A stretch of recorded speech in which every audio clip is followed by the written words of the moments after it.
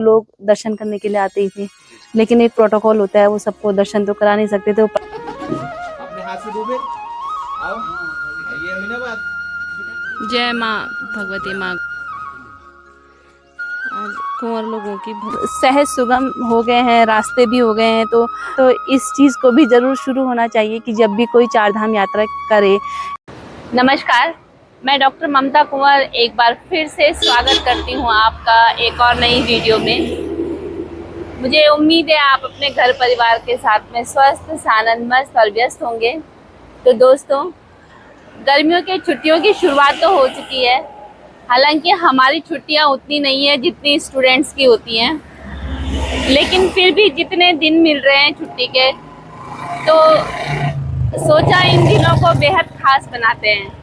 और आजकल इन गर्मियों में पहाड़ों से ज़्यादा कोई खास चीज़ नहीं है, इसलिए हम लोग भी पहाड़ों की तरफ रुख कर रहे हैं। और इस समय हम जिस जगह पर हैं वो जगह है कौड़ियाला। कौड़ियाला ऋषिकेश से लगभग कम से कम 38 किलोमीटर की डिस्टेंस पर है। बद्रीनाथ राष्ट्रीय राजमार्ग का एक बहुत ही शानदार जगह है। और आते जाते हम लोग अक्सर यहाँ पर रुकते हैं, चाय पीते हैं और फिर यहाँ से तरोताज़ा होकर के आगे के सफ़र की ओर बढ़ते हैं। कौड़ियाला में जो लोकेशन है नेचर की, प्रकृति की, वो बहुत खूबसूरत है। यहाँ पर GMVN का भी गेस्ट हाउस है और लोगों के भी अपने प्राइवेट जो होटल्स हैं, छोटे छोटे रेस्टोरेंट हैं, तो यहाँ पर खाने पीने की अच्छी सुविधा रहती है। और सबसे अच्छी बात है कि शांत जगह है, बहुत ज़्यादा हो हल्ला या बहुत ज़्यादा भीड़ भड़ाका नहीं है।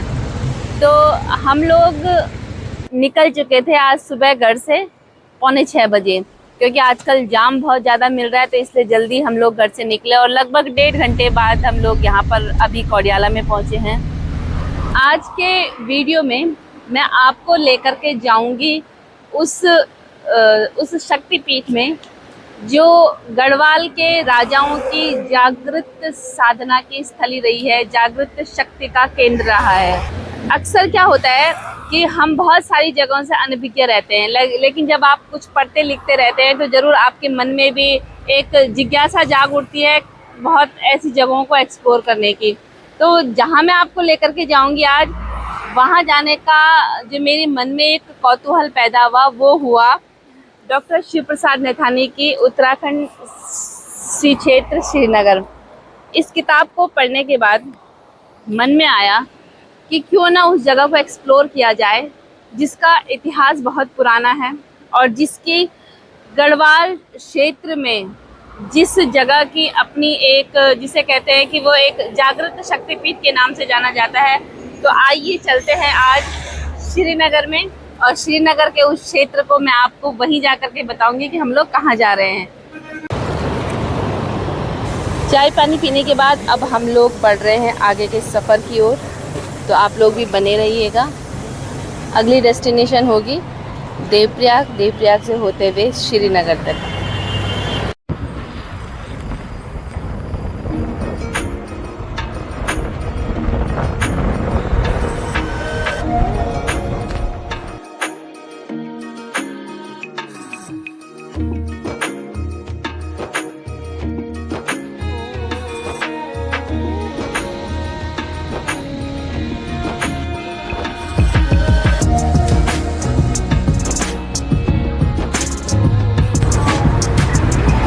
उत्तराखंड में जब चार धाम यात्रा शुरू होती है तो नज़ारे कुछ इस तरीके से रहते हैं।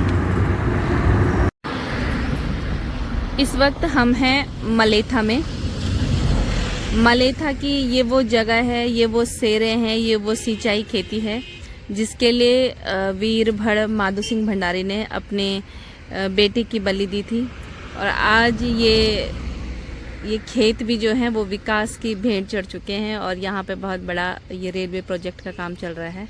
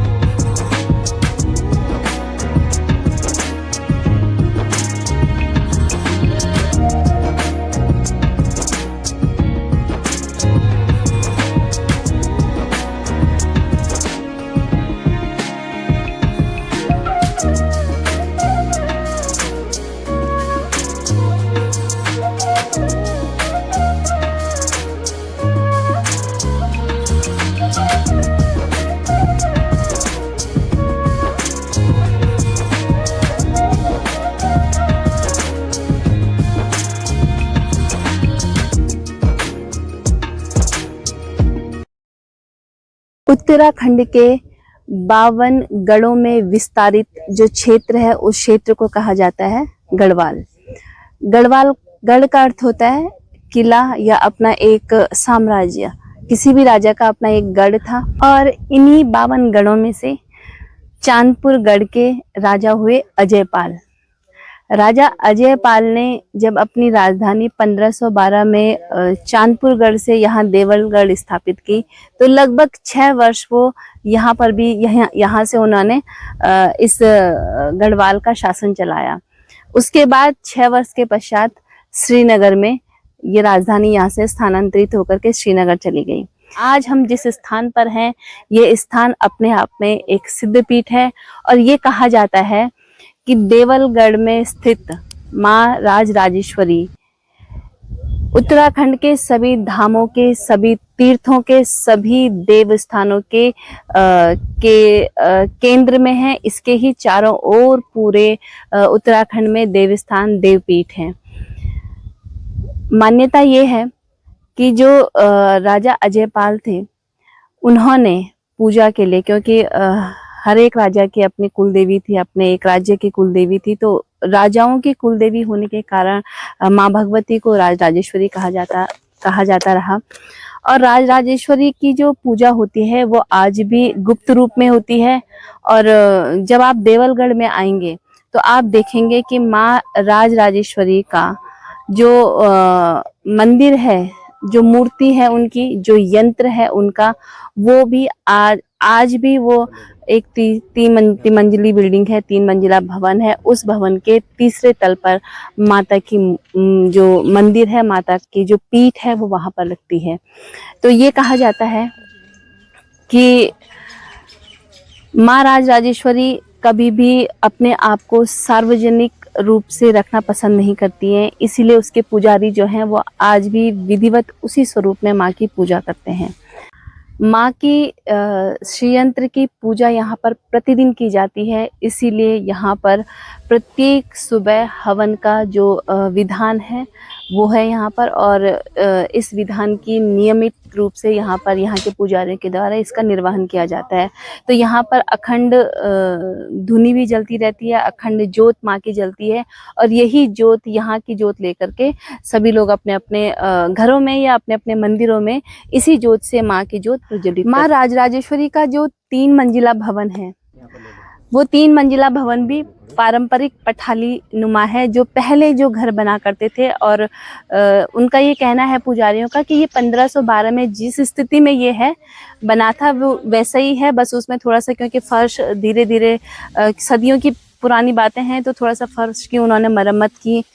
और उनका ये कहना था कि कई बार इस मंदिर का भी भव्य बनाने की बात हम लोगों ने की, लेकिन उनका ये कहना है कि देवी का कोई आदेश इस तरीके से नहीं मिलता है। तो ये मंदिर आज भी उसी स्थिति में है जिस स्थिति में राजा अजयपाल ने जिस स्थिति में यहाँ पे माँ की आराधना की होगी, माँ की पूजा की होगी। और जो वो बनाया हुआ है, जो भवन 3 मंजिला भवन, वो जैसा तब था उसी स्थिति में आज भी है।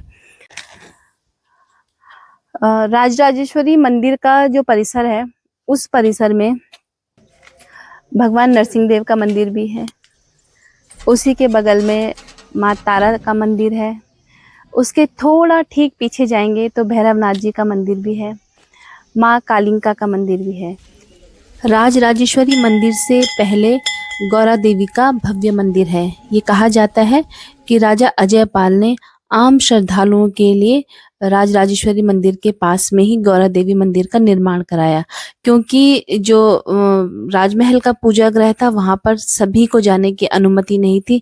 इसीलिए उन्होंने माँ भगवती राजराजेश्वरी के भाव का एक मंदिर देवलगढ़ में बनाया। ये जो गौरा देवी मंदिर परिसर में ये हिंडोला है, तो जब यहाँ पे मेला लगता है तो माँ इस हिंडोले में बैठ कर के माँ को झूला झुलाया जाता है। तो है ना कितनी अद्भुत अनोखी परंपरा हमारे उत्तराखंड की। वो गौरा देवी मंदिर के भी ठीक पीछे जो है वहाँ के क्षेत्रपाल देवता हैं, क्षेत्रपाल देवता का मंदिर है।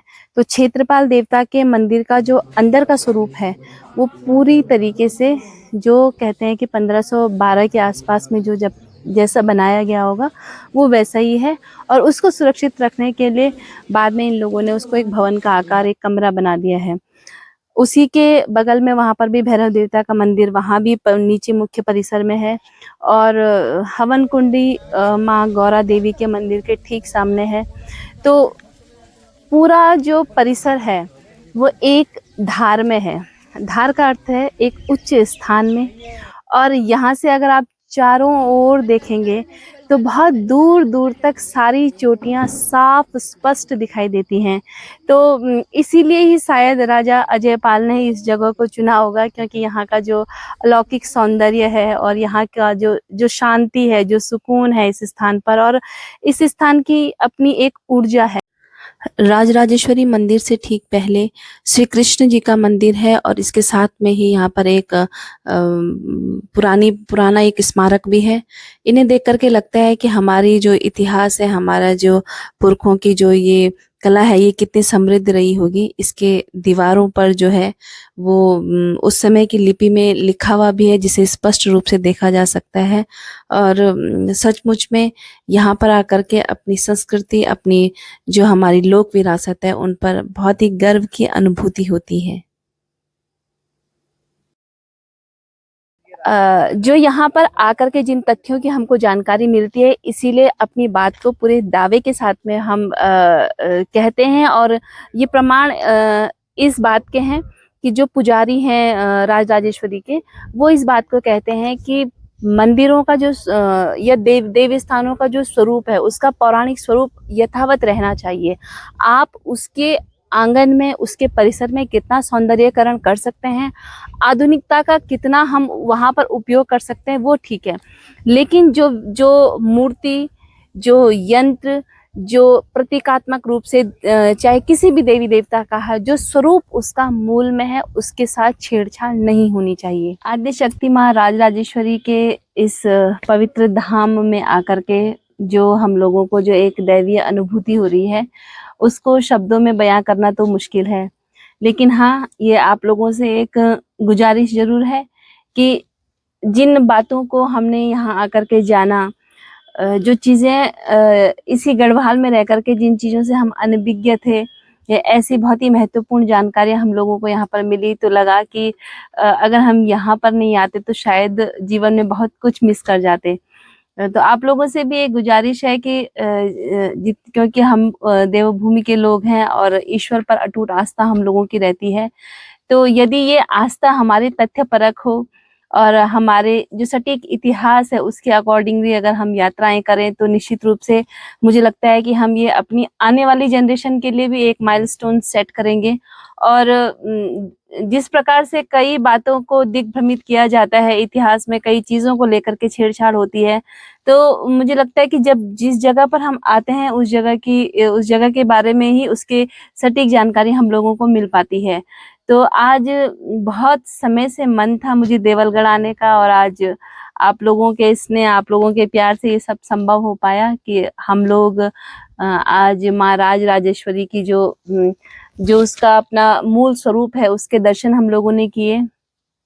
और आज अब राजेश जी और मम्मी मेरे आज के जो सहयात्री हैं, उनको लग गई है थकान, तो वो घर से चाय बना करके ला रहे हैं, तो चाय पी रहे हैं। और इस वीडियो को मैं यहीं पे समाप्त करूंगी, इस वादे के साथ में कि नेक्स्ट वीडियो भी जो आएगी वो भी कुछ ऐसे ही अपने पौराणिक तथ्यों के साथ में आएंगी, अपने इस खूबसूरत उत्तराखंड से लेकर के आएंगे। तो तब तक आप सब लोग अपना ध्यान रखिएगा। और फिर जाते जाते एक निवेदन भी कि यदि फेसबुक पेज पर देख रहे हैं तो please doctor Mamta Kunwar Facebook page को फॉलो करें। आप यूट्यूब पर इसको देख रहे हैं, यूट्यूब पर मेरी नई फैमिली जुड़ रही है, तो इसे सब्सक्राइब करना ना भूलें और ज्यादा से ज्यादा इसे शेयर कराएं। मिलते हैं एक नेक्स्ट वीडियो में, तब तक सब लोग अपना ध्यान रखिएगा। नमस्कार।